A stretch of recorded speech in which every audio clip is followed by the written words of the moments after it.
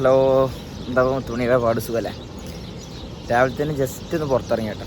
ഇന്നലെ പള്ളിക്ക് നിസ്കരിക്കാൻ വേണ്ടിയിട്ട് സുബിക്ക്. അപ്പോൾ നല്ല തണുപ്പാട്ടോ അവിടെ. നല്ല തണുപ്പ് പറഞ്ഞാൽ ഓവറായിട്ടില്ല എങ്കിൽ കൂടി തണുപ്പ് ഏകദേശം കഴിയാനൊക്കെ അയക്കണ്. അപ്പോൾ നല്ലോണം തണുപ്പുണ്ട്. അപ്പോൾ നല്ലൊന്ന് കുളിയൊന്ന് പാസ്സാക്കിയിട്ട് നിസ്കരിക്കാനായിട്ടൊന്ന് പോകാം. എന്താ വെച്ചാൽ ഒരു തണുപ്പിന് കുളിയൊക്കെ കഴിഞ്ഞ് പുറത്തിറങ്ങുന്നുണ്ടല്ലോ. കാരണം ഞാൻ ഷോപ്പ് കഴിഞ്ഞ് വന്നാൽ പിന്നെ അധികം പുറത്തിറങ്ങാനില്ല. പിന്നെ നേരെ റൂമിൽ കയറുക, കുളിക്കുക, കുറച്ച് വീഡിയോസൊക്കെ ഉണ്ടെങ്കിൽ എടുക്കുക, നേരെ എഡിറ്റ് ചെയ്യുക, അത് കഴിഞ്ഞാൽ നേരെ എടുക്കുക. ആ പരിപാടിയൊക്കെ തന്നെയാണ്. വെറുതെ എന്താ പുറത്തിറങ്ങി. അല്ലെങ്കിൽ പിന്നെ റൂമിൽ നിന്നൊക്കെ നിസ്കാരവും കാര്യങ്ങളൊക്കെ റൂമിൽ നിന്ന് കഴിച്ചാൽ പിന്നെ നടത്താക്കില്ല. ഞാൻ എൻ്റെ ഷോപ്പ് കാണിച്ചു തരട്ടോ. അതിന് ഷോപ്പ് അധികം ദൂരമൊന്നുമില്ല, നമ്മളെ റൂമിൻ്റെ അടുത്ത് നിന്ന് അധികം ദൂരമൊന്നുമില്ല. അവിടെ 2 ലൈറ്റ് ഉണ്ടാവും. അതിൽ കാണുന്ന റാഷിദ് അലി കഫ്തീരിയ ഉണ്ടാവും. അതാണ് നമ്മുടെ ഷോപ്പ് കേട്ടോ. ദൂരമുണ്ട്. സൂര്യ ഉദിച്ചിട്ടൊന്നുമില്ല, സൂര്യ ഉദിക്കാനാണല്ലോ. അവിടെ കസ്റ്റമർ ഉണ്ട്.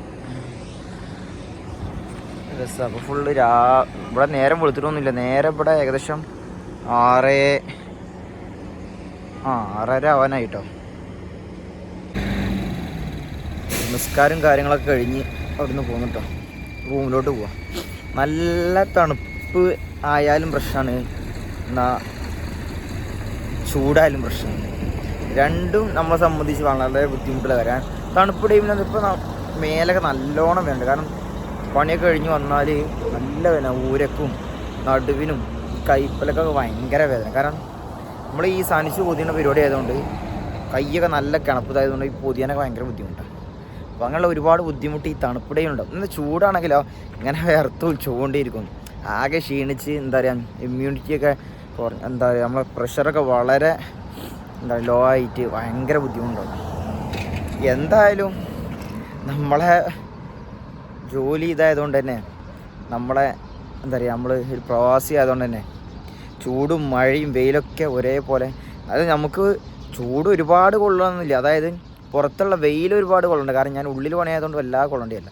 പക്ഷെ എന്നാലും ഉള്ളിലത്തെ ഒരു ചൂടുണ്ടല്ലോ, നമ്മൾ ഈ ഫുഡൊക്കെ ഉണ്ടാക്കുമ്പോൾ അതിൻ്റെയും ഗ്യാസിൻ്റെയും മറ്റേൻ്റെയും എല്ലാത്തിനും ചൂടുണ്ടല്ലോ, അത് കുറച്ച് ബുദ്ധിമുട്ടാട്ടോ. എന്നാലും അൽഹംദുലില്ലാഹ് റാഹത്ത്. കാരണം ഒരുപാട് ആളുകൾ ഇതിനേക്കാളും എത്രത്തോളം എന്ന് പറയാൻ പറ്റില്ല, അത്രത്തോളം ബുദ്ധിമുട്ടുന്ന ഒരുപാട് സഹോദരങ്ങൾ നമ്മുടെ പ്രവാസ ജീവിതത്തിൽ കണ്ടുമുട്ടിയിട്ടുണ്ട്. ഇനി അങ്ങനെയുള്ള ഒരുപാട് ആൾക്കാരുണ്ട്.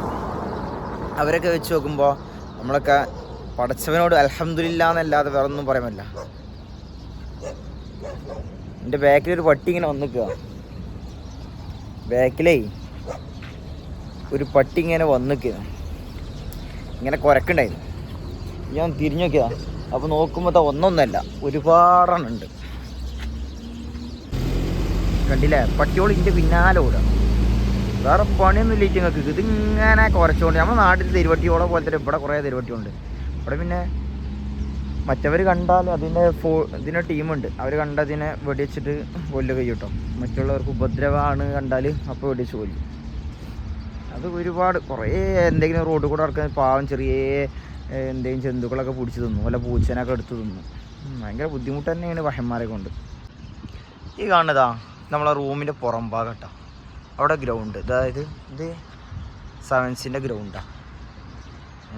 രസമാട്ടോ. അവിടെ ഒരു ശല്യം ഇല്ലാത്തൊരു സ്ഥലം കേട്ടോ. ഒരു അടിപൊളി പ്ലേസാണ്. ഞാൻ അധികം വീഡിയോസൊക്കെ എടുക്കാറ് ഇവിടെ ഈ കാണുന്ന അവിടെ, അതുപോലെ ഗ്രൗണ്ടിലൊക്കെ പോയിട്ട് കേട്ടോ. നല്ല രസമാണ്, അടിപൊളിയാണ് ഇവിടെ.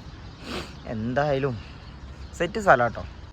എന്തായാലും ജസ്റ്റ് ഞാൻ വീഡിയോ നിർത്തുന്നുള്ളൂ, അല്ലാതെ പ്രത്യേകിച്ച് ഇതിലൊന്നുമില്ല. വീഡിയോ ഒക്കെ ഇഷ്ടപ്പെടുകയാണെങ്കിലൊക്കെ ഒന്ന് സപ്പോർട്ട് ചെയ്യട്ടോ. നിങ്ങളുടെ അഭിപ്രായമൊക്കെ ഒന്ന് കമൻറ്റ് ചെയ്യുക.